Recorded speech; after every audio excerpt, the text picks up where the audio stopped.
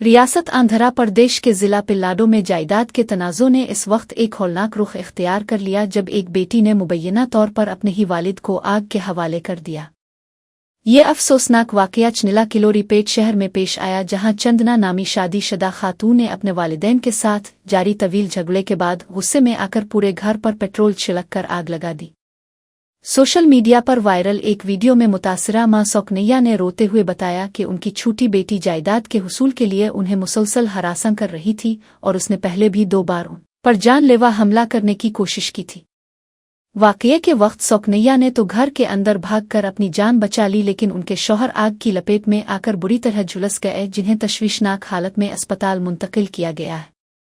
मकामी पुलिस ने इस लर्जा खेज वाकये का मुकदमा दर्ज करके मुलजिमा की तलाश शुरू कर दी है, जो वारदात के बाद जाए वकुआ से फरार होने में कामयाब हो गई थी।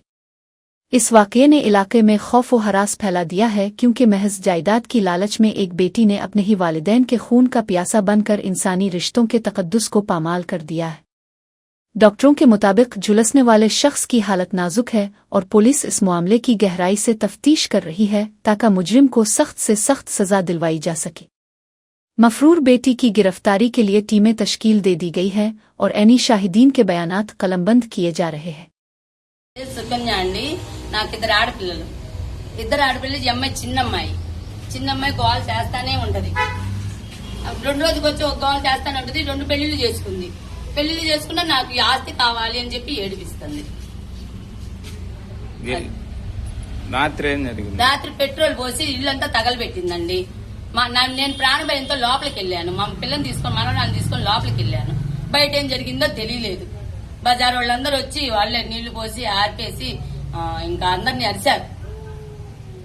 ఎందుకు చేస్తున్నా అమ్మాయి? ఆస్తి కోసం అండి। ఎంత అమౌంట్?